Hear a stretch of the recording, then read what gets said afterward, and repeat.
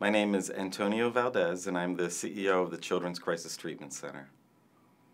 I came to understand trauma as an issue as part of the work that I do when I first arrived at Children's Crisis Treatment Center. When I arrived there, I had never really worked with a group of people who specifically were focused on the treatment of trauma, and particularly with young children.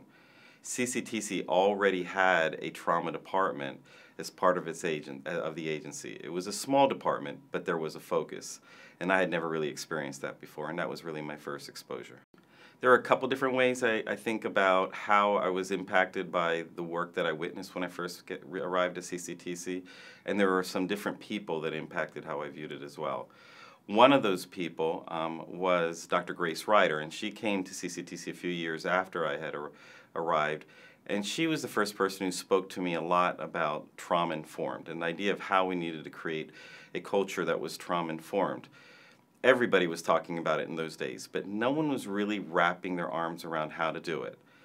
Later on, I came to know Sandy Bloom, and Sandy Bloom was the person who introduced Sanctuary to me, of course, and Grace was a great fan of Sandy's already, and the rest is history in terms of us moving on to becoming a Sanctuary agency.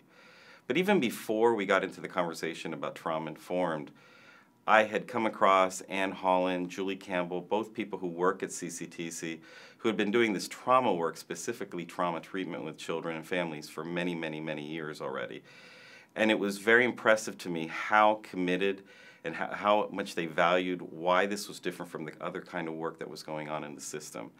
So I felt it was really important for me to support that, to continue to work in that direction, and how that ended up impacting our ability to become a trauma-informed agency over time was that we already had a commitment as an organization to the concept.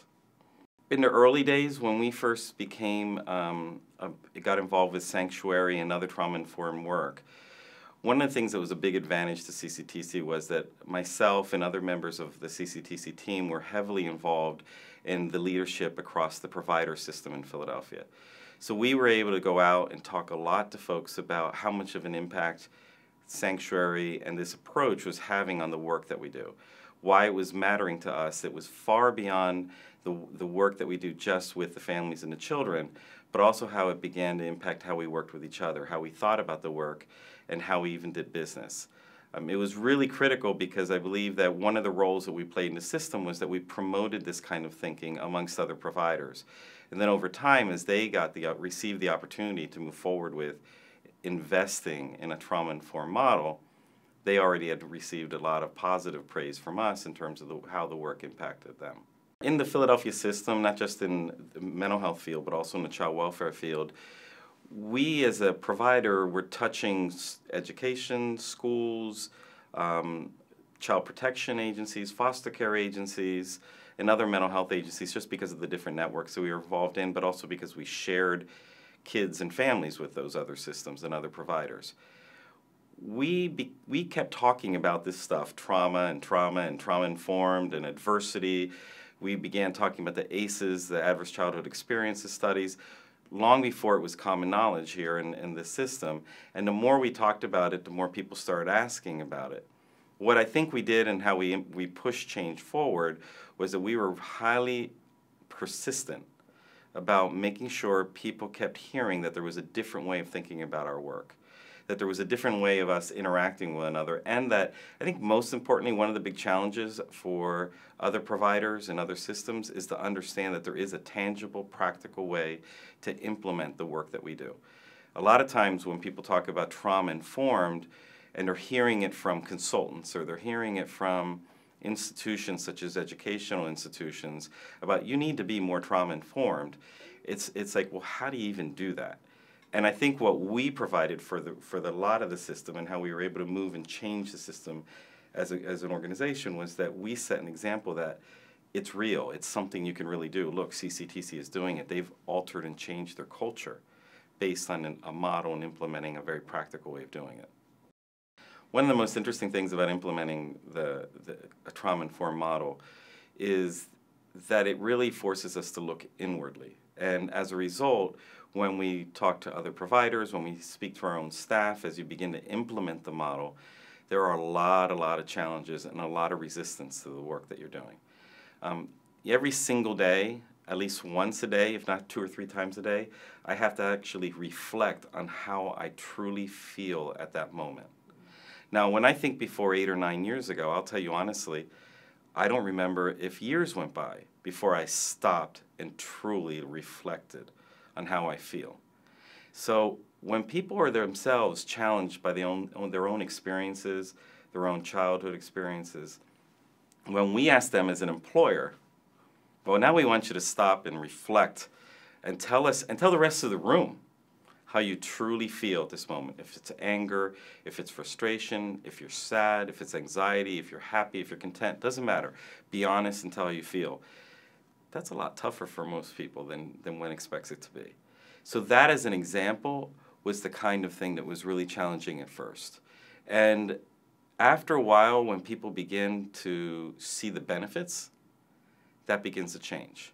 And then now when new people arrive into the agency, because it's so much part of the culture, it's almost natural. It's not easy at the beginning, but you see people adjust rather quickly and jump into being honest and practicing the activities that we really use every day at CCTC. The benefits that this bringing a trauma-informed model into our work has done is it goes far beyond just the families and the kids. Now, it clearly does impact how we look at families and children, in that there's a very important way that we reframe a question. Instead of asking what's wrong with the child, you ask what's happened to that child. Now, that same question can be asked of anybody or anything. So we can ask instead of asking what's wrong with a parent, ask what's happened to that parent. Or we can ask, instead of what's wrong with that neighborhood, ask what's happened to that neighborhood, or what's wrong with that community, ask what's happened to that community. And then when you begin to reframe questions like that, you begin to think in terms of, wait a minute, if something has happened to the community and what we're looking at is a natural reaction to some sort of adversity that that community has experienced, or that family has experienced, or that neighborhood has experienced, then how we try to address it and fix it changes. And simply asking that question changes the way we problem solve.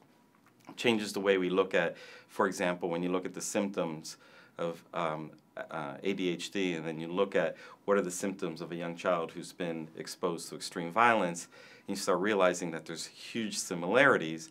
Well, how many kids are being diagnosed with the wrong diagnosis? So it affects our practice that way.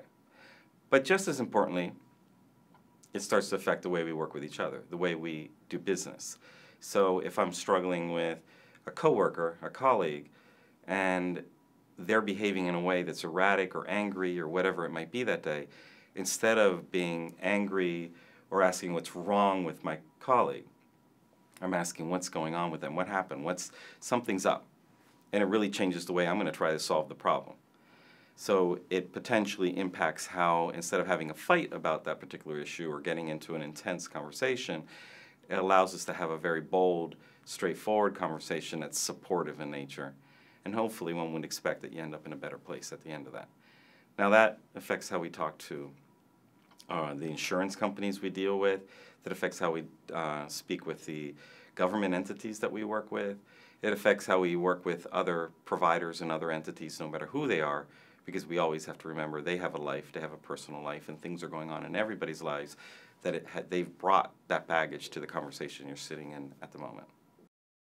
The advice I would offer to other systems, other institutions, other cities, whoever's interested in bringing these kind of models to their system, yes, it's very, very, very important that we think in terms of what kind of treatment modalities we need for trauma in those systems. So we need to make sure the providers have the capacity to provide those services. I often feel that what we do is we want to make sure that individual therapists have that capacity, but I believe much of the success that we've had, for example, as an organization around continuing to provide trauma services year after year after year is really about the institutional commitment to that thinking, so that new therapists can come and go, and we continue to train new therapists as they come in to be great trauma therapists. Now, the other thing I think is really important is the concept of the role of leadership. In my own organization, and I mentioned Grace earlier, she and other executive staff made me go along with them for the initial training. They said, you have to be there. Now, I'll be honest with you. For those of you who are challenged by this, I was thinking at first, oh, kumbaya, this is all very nice. We're all going to be nice and democratic with each other. Everything's so sweet. But what I didn't understand, it was a great model for managing organizational culture. And it would make us more productive and more successful and more focused on our mission. But the key to that was that even today at CCTC, our leadership team, executive staff, 9 years later, sit on biweekly meetings of the sanctuary implementation team. So there's a huge commitment at the top to make sure our culture is driven by this. Now, the challenge is that often systems, government and others, might look at this kind of work as something that's really meant for the providers. That the providers need to be trauma-informed because they're working with the families. That's true. But this is all about how we work with each other, and there are concepts of parallel process. So being trauma-informed is something that has to happen across systems, meaning child welfare system, education, prison systems, family court, mental health systems, drug and alcohol services, but also up and down. So this means government entities who contract, insurance companies who pay for services, providers who are delivering those services to schools who are educating our children. It's both up and down and across. And until that is really embraced completely, some negative parallel process will continue to happen. You can't force someone to be trauma-informed if you yourself are not trauma-informed. In terms of public policy in Philadelphia, I think there's some critical next steps that we need to be thinking about. One of them has to do with broadening what it means to be trauma-informed. So we need to begin to help people understand it's bigger than just simply how a provider delivers services to the people that they serve. So I think there's a big project here where we need to educate systems, not before we even think about the broader community, as to what it means to be trauma-informed. There are a lot of misconceptions about that out there. But secondly, I think that there's something for the public. And the public in general has some misconceptions about adversity and trauma. And those misconceptions are often connected to dysfunction and assuming that people are weak if they're not able to handle those things. There are ways to recover, and there are ways to prevent. And the more we begin to speak to the public about what are the things that we know are preventive factors out there, what are those things that support people to grow resiliency early in life, even later in life. The more we start talking about that, the more we're going to start doing prevention work. We know these days that the vast majority of men in prison have had extreme adversity or trauma in their early childhood. We need to start thinking about these things. They're not coincidences. And then when we look at people on average who have had great, loving, supportive, caring people in their lives early in life, more often than not, they do very well. So we have to stop pretending that this is something that just sort of happens randomly to sort of people. I heard Sandy Bloom once say that we have to stop depending on luck. We need to institutionalize luck. So I think that we can change this, but we need to focus more on the prevention side of it and accept that there really are some scientific information that backs up what we're talking about today, and then we need to educate the people about those things. What would a trauma-informed city, what would Philadelphia look like 10 or 15 years from now if it was a trauma-informed city? I think the things that would stand out to me, and it would be really simple. It's that phrase that I've mentioned a lot, but I've heard first from Sandy Bloom, but I've heard from many other people since, which is that every question we would ask, every time someone would walk into someone's office, would need help or support about something, every time a neighbor looked at the problems or the challenges that their neighbor was having, the first question they would ask is, what happened to this person, and how can I help this person heal from whatever has happened to them?